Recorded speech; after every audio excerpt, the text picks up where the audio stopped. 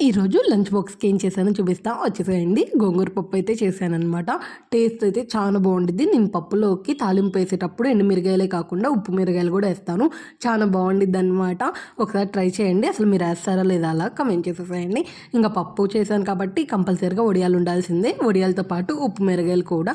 అదేనండి చల్ల మిరగాయలు అంటారు. కొంతమంది ఉప్పు మిరగాయలు అంటారు. కొంతమంది ఊర మిరగాయలు అంటారు. మీరేమంటారో కామెంట్ చేసేసేయండి.